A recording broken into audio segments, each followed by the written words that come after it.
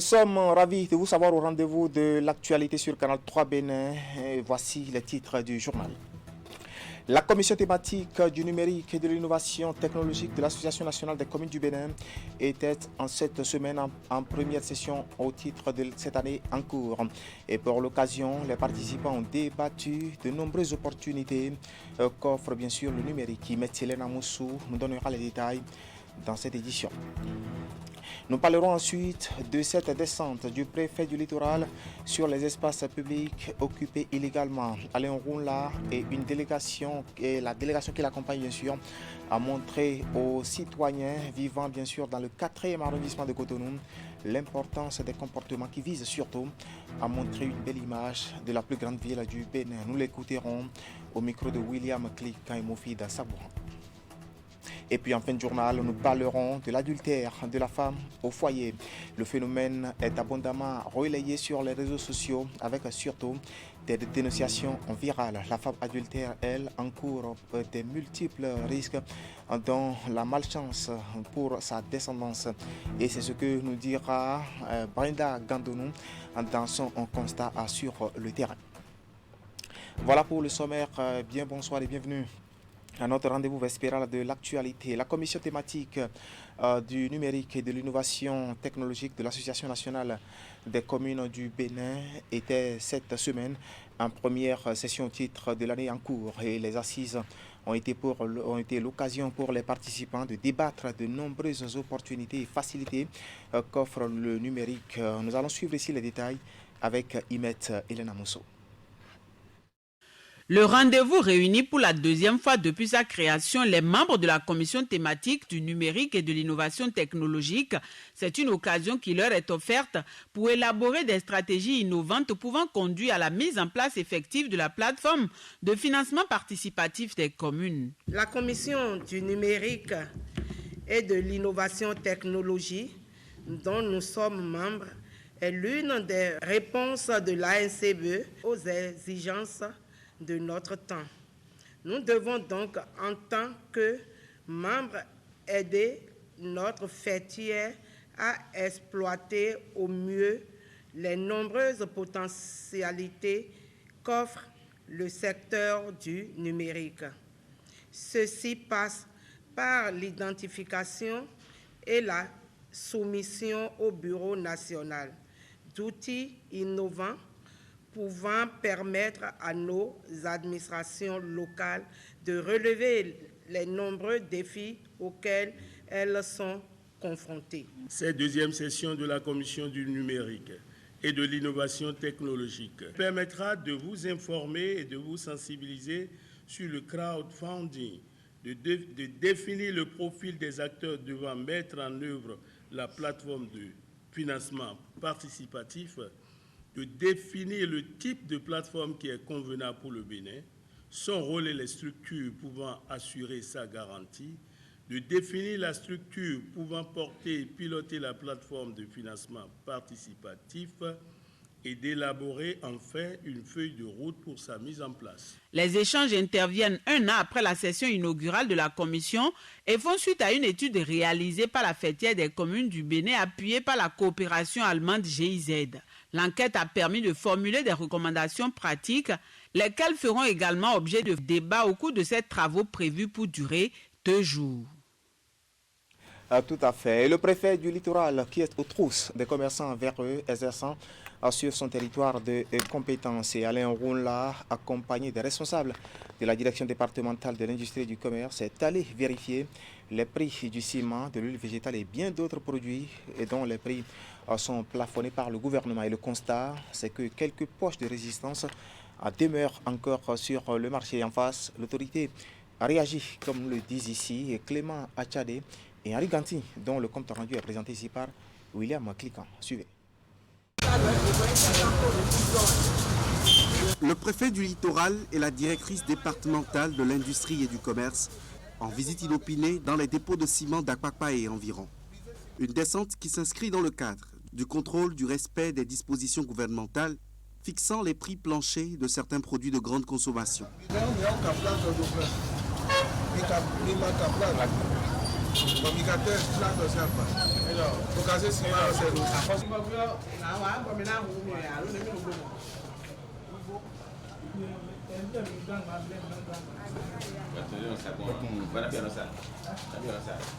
Vous vendez pas de ciment ici?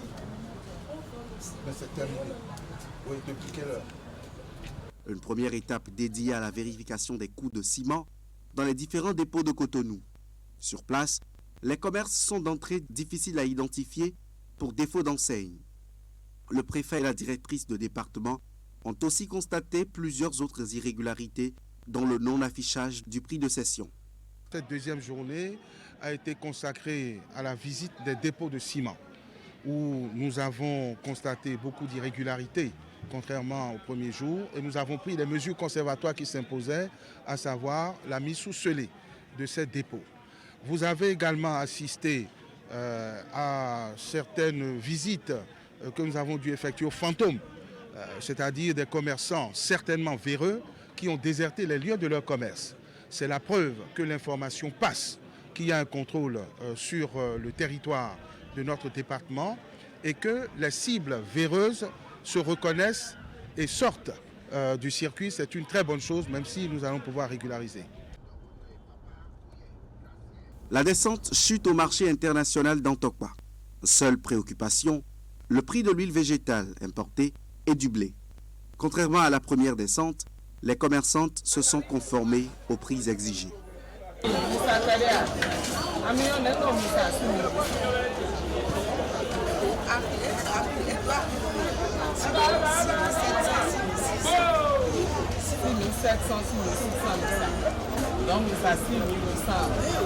Nous exhortons toutes les bonnes dames du marché à respecter les prix plafonnés, surtout en ce qui concerne la farine de blé et l'huile végétale.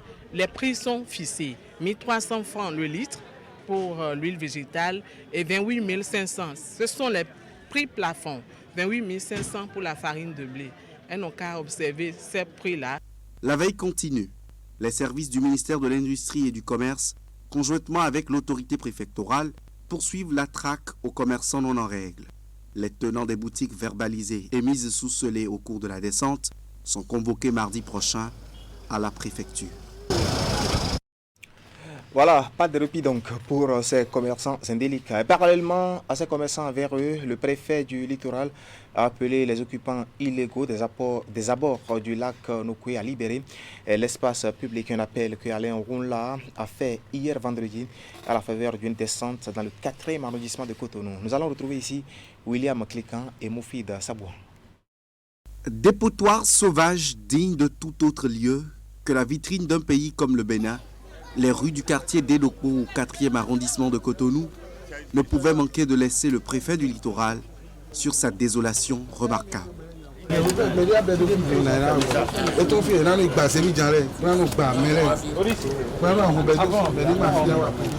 Une banlieue bien assortie de ses caractéristiques d'insalubrité et des risques d'insécurité humaine et sociétale. Tout se passe sur des domaines publics, des réserves de l'État transformées aussi en entrepôts de bidons d'essence de contrebande. Le spectacle est tout sauf intéressant. C'est l'incivisme tout simplement. C'est l'incivisme. C'est-à-dire Bon, c'est-à-dire que, excusez-moi beaucoup, hein, il y a des gens qui ne doivent pas vivre à Cotonou et qui y sont. Regardez, nous sommes en plein cœur de Cotonou. Et regardez la salubrité avec des dépôts sauvages que nous observons. Je suis descendu en tant que première autorité de l'arrondissement plusieurs fois avec même des sommations, mais je suis très content d'avoir l'appui de mon chef Rachid le Préfet ce matin. Je crois qu'avec ça, on aura un bon résultat. C'est un tableau consternant que nous avons découvert à Cotonou, à quelques kilomètres seulement des nouveaux monuments que nous avons dévoilés, à quelques encablures des rues asphaltées à coût de centaines de milliards de francs CFA pour rendre notre pays beau et notre ville belle, de découvrir à proximité des bidonvilles, des ghettos, avec des madriers entreposés dans les rues, l'occupation anarchique de l'espace public, près d'un centre emblématique, le centre Soweto, des ghettos avec des fûts et des bidons d'essence de mazout qui sont déversés dans la lagune de Cotonou que nous tentons de dépolluer à coût de centaines de milliards. à côté de ces dépôts sauvages de carburant, il y a des foyers, il y a des enfants, il y a des familles qui préparent. C'est intolérable. À Cotonou, c'est insoutenable. La mission conduite par le préfet n'y est pas allée avec la manière brusque. Alain Orunla exhorte plutôt les populations à partir d'elles-mêmes. Donc vous savez que c'est des réseaux qui n'est pas facile de démanteler sans être méthodique. Et c'est pour cela que, bien que la situation appelle une réaction immédiate et énergique, nous préférons nous adresser à nos compatriotes, aux différentes populations, pour qu'elles commencent par prendre leur disposition pour quitter les lieux avant que nous ne passions à l'offensive. Mais cette offensive, elle est certaine. L'autorité territoriale et sa suite sont repartis dans l'espoir que les populations riveraines n'attendent pas les bulldozers pour entendre raison. Voilà, vous l'avez compris, Alain Orunla qui opte donc pour la formule méthodique. Au Conseil national du patronat et de la presse et de l'audiovisuel du Bénin, Évariste Khouronou a été reconduit à la tête du bureau Confiance renouvelée donc pour le président du patronat de la presse après bien sûr 3 années de gestion, et tout a été fait au cours de l'Assemblée générale élective tenue jeudi dernier à Cotonou. On va faire le point avec Ali Oumouni et Moufid Sakwa.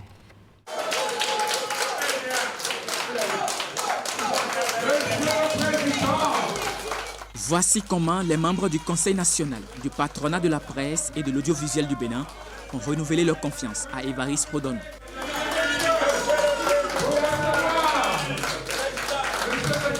C'est conformément aux dispositions prévues par les textes de l'association qu'il reprend les rênes du Creuset. Au cours de l'Assemblée générale élective, sa liste, la seule présentée, a obtenu la totalité des suffrages exprimés. Je voudrais adresser à chacun mes sincères remerciements pour le sacrifice consenti. J'adresse une reconnaissance particulière au bureau sortant qui, contre vents et marées, a tenu la barque pour qu'elle ne chavire. Merci, chers conseillers sortants. Tous les objectifs fixés pour la présente Assemblée générale ont été pleinement atteints. Je m'en réjouis. Le nouveau bureau qui vient d'être installé devra continuer à assainir le CNPA Bénin, notre maison commune. Avec son nouveau bureau de 19 membres, Évariste Khouronou entend poursuivre dans la dynamique de développement en cours pour redorer l'image du CNPA. Je voudrais prendre le ferme engagement et ensemble avec le nouveau bureau à faire du CNPA Bénin pour les 3 ans à venir une institution de développement de la presse et d'accompagnement conséquent des bonnes actions publiques qui s'inscrivent dans le champ économique et social.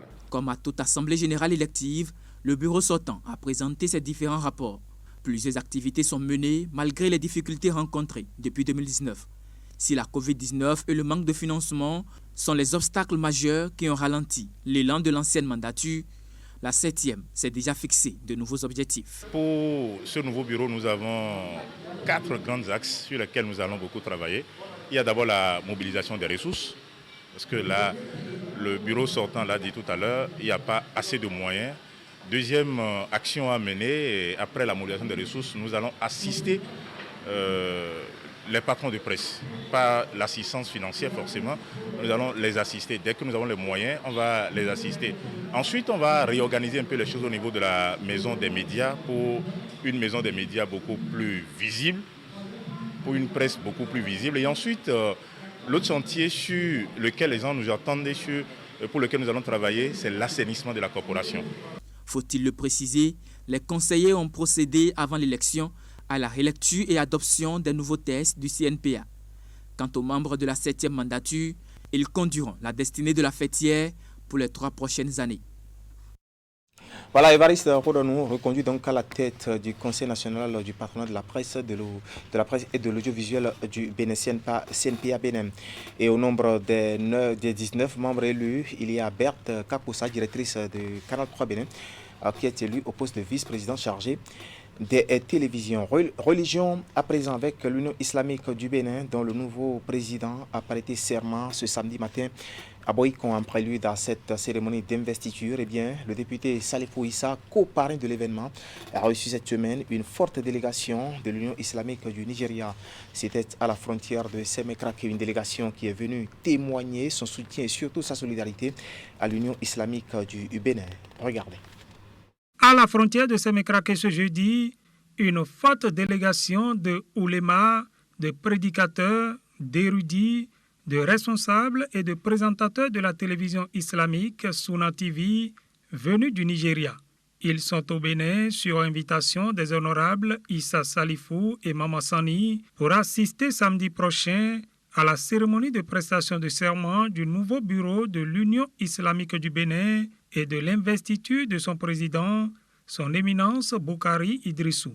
Après les formalités d'usage à la frontière de Semekrake, l'honorable Issa Salifou et ses hôtes ont pris la direction de Cotonou où ils ont visité la mosquée centrale de Zongo. La suite du séjour au Bénin de cette délégation de haut niveau de l'Union islamique du Nigeria sera Boïkon où samedi prochain, son éminence Boukari Idrissou sera intronisé président de l'Union islamique du Bénin. Plusieurs autres délégations des unions islamiques du Niger, du Togo et du Mali sont annoncées pour prendre part à cette cérémonie placée sous le coparrainage de la vice-présidente du Bénin, Mariam Tchabi Talata Zime Yerima, et des honorables Issa Salifou, Mama Sani et Yakubu Malehosu. Voilà, et justement, juste après, bien sûr, cette délégation venue du Nigeria, sinon quelques jours après, Hadj Mahmoud Diko, ancien président du Haut Conseil islamique du Mali et haute personnalité du monde musulman en Afrique de l'Ouest, est venu au Bénin à 24 heures justement de l'événement, comme vous le voyez. Sur ces images, le dignitaire religieux a foulé le sol béninois dans l'après-midi d'hier, vendredi. Il a été accueilli à l'aéroport international Cardinal Bernardin Gantier de Cotonou par un comité de fidèles musulmans conduit par Salifou Issa. Et c'est lui justement qui a présidé cette cérémonie d'investiture du tout nouveau président de l'Union islamique du Bénin.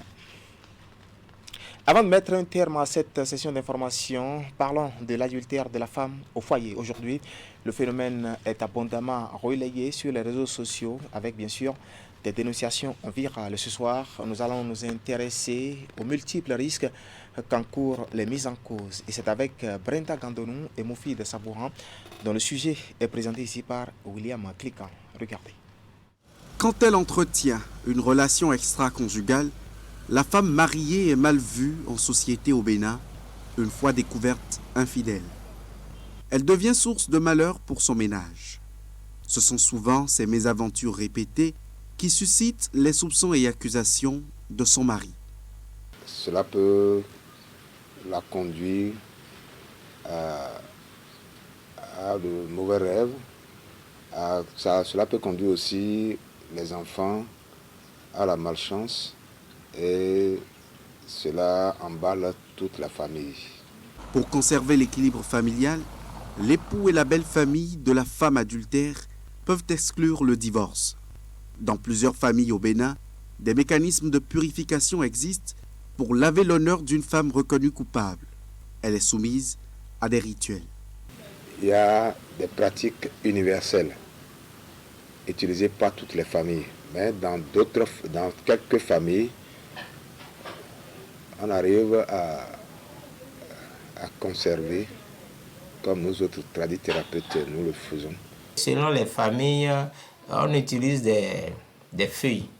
Et cela nécessite dans la famille, selon les taïnons qui exercent ça, et on conduit la femme dans la maison des assins. Parce que chaque famille a ses assins. C'est-à-dire, c'est une maisonnette dans laquelle on a entreposé des artefacts, c'est-à-dire des éléments en fer qui sont les réceptacles des âmes des ancêtres. Et elle doit d'abord donc citer et toucher avec elle. Elle a eu ça et puis elle a commis l'adultère et on lui fait faire des tours avec certaines paroles, il y a des éléments symboliques qui entrent dans ce processus pour l'enlever de la brousse et la réintégrer dans la société des hommes et la faire entrer maintenant, réentrer dans la famille. Vous voyez un peu, il y a des étapes. Ça ne se fait pas en une seule fois, avant que maintenant on la lave. Et pour la laver, je pense qu'on la mène en brousse. Nos soeurs, nos filles, on leur demande de, premièrement, bien se connaître soi-même et connaître son conjoint avant de se marier. Si tu te connais, tu sais que en sortant avec un seul homme, tu n'es pas satisfaite. Pourquoi te marier? Bien que les moyens de remédiation existent, les garants de la tradition n'encouragent en rien les femmes au foyer à commettre l'acte d'adultère. Mieux vaut le prévenir. Tout à fait. C'est l'essentiel à retenir de l'actualité ce soir sur Canal 3 Bénin. Toute l'équipe technique et celle de la rédaction qui m'accompagne vous remercie de nous avoir suivis. Restez en compagnie de nos programmes. Moi, je vous retrouve demain dimanche si Dieu nous prête vie. Bonne suite de week-end à toutes et à tous et à demain.